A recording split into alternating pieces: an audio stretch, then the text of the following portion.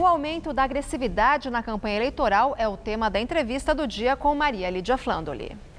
E quem analisa é o cientista político Rui Tavares Maluf, professor de História do Brasil Contemporâneo da Fundação Escola de Sociologia e Política de São Paulo.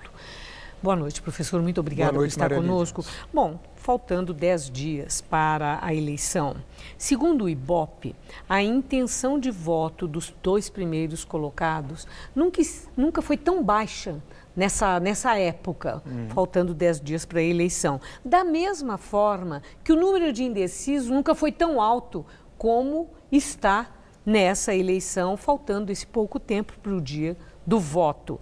Bom, aí eu quero saber o que é que explica, nessa altura da corrida eleitoral, o eleitor está assim, tão sem saber que rumo tomar? Em grande medida, Maria Lídia, uma insatisfação muito grande com a nossa vida de maneira geral, com a vida pública do Brasil, né? As pessoas estão com freio de mão puxado. Daí o porquê é muito razoável a gente dizer que essa eleição, mesmo no primeiro turno, não está decidida.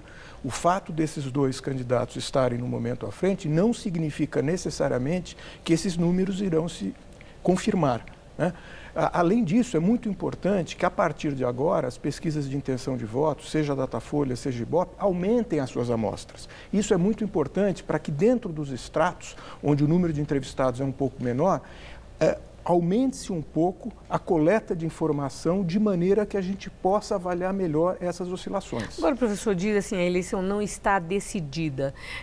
Então, isso corrobora o que vem já há alguns dias sendo afirmado, que existe espaço e tempo para o crescimento de uma terceira via que acabe com a polarização que está aí instalada, Bolsonaro-Haddad. E aí é isso que o senhor está dizendo? Exatamente. De fato, o senhor enxerga esse espaço e há tempo?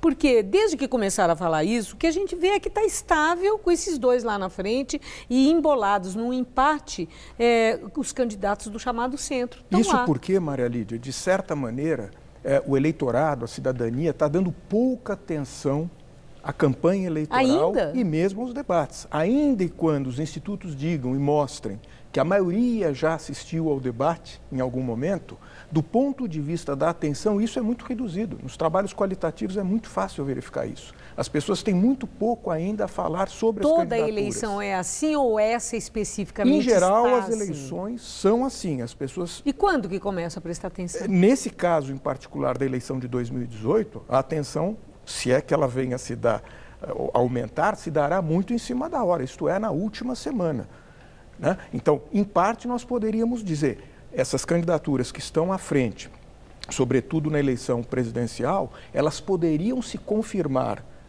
aí, mas com uma votação muito pífia, abaixo de 50% do conjunto do eleitorado brasileiro. Que representatividade é essa, né? Então, tudo leva a crer que o voto nulo pode aumentar muito e mesmo a abstenção, ainda que no primeiro turno. Sim.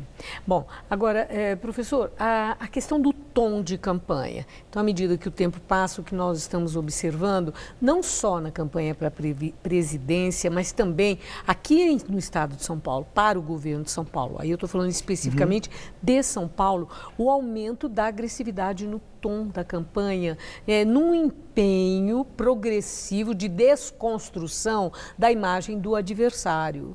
Eu quero ouvir do senhor qual está sendo o efeito, né, desse empenho de desconstrução de imagens. Isso funciona? A tendência é o eleitorado rejeitar. De maneira geral, no que há de bom e no que não há de ruim em campanhas negativas, é que o eleitorado tende a ficar com o pé atrás, né? Aquilo que tenta desconstruir pela violência o outro, em geral o eleitorado não compra isso muito bem. Só que, por outro lado, quando você não tem a devida atenção ao que se passa, por isso que eu falei que há um lado bom e um lado ruim, né? Quando você não acompanha com atenção o debate, as ideias, as diferenças, isso passa a ser ruim também. No caso específico de São Paulo, diferentemente do que se passa no nível nacional, você tem uma eleição, no momento, mais emparelhada entre os 2 principais candidatos e com uma ligeira inflexão para cima do atual governador de São Paulo, Márcio França. Então, há uma possibilidade de que essa tentativa de desconstrução se deva ao fato de termos dois candidatos muito próximos do ponto de vista das propostas e, por outro lado, dois candidatos que, na verdade, têm um candidato à presidência em comum e que, de fato, estavam, de certa maneira, aliados até algum tempo atrás. E no estado de São Paulo, para governo do estado? É isso que eu estava procurando. Então, esses spots que têm sido aí veiculados, que começaram a ser veiculados há pouco tempo, que têm sido bem renovados, mas assim, acabando com a imagem do outro, com a história do outro, a questão, assim, a biografia, desconstruindo mesmo. Né? Em São Paulo, e isso está acontecendo muito fortemente, principalmente entre SCAF e João Dória, mas atingindo também o Márcio França, governador do estado. É como eu disse, como de certa maneira há uma certa sobreposição de eleitorado, eles acreditam que agindo dessa maneira eles vão conseguir se separar melhor e, por outro lado, penetrar em eleitorado que, em princípio, não é um eleitorado que já decidiu a sua intenção. A questão da desconstrução da imagem e a agressividade da campanha. Hoje, e assim que eu cheguei aqui na TV, os parceiros de trabalho, jornalistas na redação, eles me mostraram, chamaram a atenção para uma imagem pavorosa que foi publicada no Twitter por um dos filhos do Bolsonaro, que é uma pessoa, um homem com um saco plástico na cabeça e com imagem com sangue, etc. e tal, como uma pessoa torturada. E aí sugerindo, embora tenha sido negado depois, que aquilo seria uma resposta para aquela campanha do hashtag ele não. Mas é uma coisa muito forte. Quem postou, o filho do Bolsonaro, ele fez questão de esclarecer que não tinha a relação com a campanha hashtag ele não. Mas no seu entender, uma imagem tão chocante como aquela, mesmo que as pessoas fiquem ali refletindo o que foi aquilo, o que não foi, ela pode ser contraproducente para o candidato Bolsonaro ou fortalece a candidatura? Basta a gente verificar, eu digo que sim, afirmativamente, basta que a gente veja a taxa de rejeição não só geral do candidato, mas também nos estratos. Ela é muito alta em todos os estratos, mesmo onde ele se sai bem e mesmo onde ele é largamente vitorioso. Então, isso deve ser um elemento importante para a gente ter em conta. De todos os candidatos, a taxa de rejeição mais alta e mais bem cristalizada é a dele, ainda em que um ou outro extrato tenha havido um ligeiro movimento para baixo. E essa questão da rejeição, não fica posta por terra aquela tese que quem tem rejeição elevada é a que fica sem perspectiva de crescimento, tem menor perspectiva de crescimento. No caso do Bolsonaro, é o que tem a rejeição mais elevada, num patamar muito significativo de 40 e poucos %. E ele não cai, está lá cristalizado naquele patamar que a oscilação é mínima, né?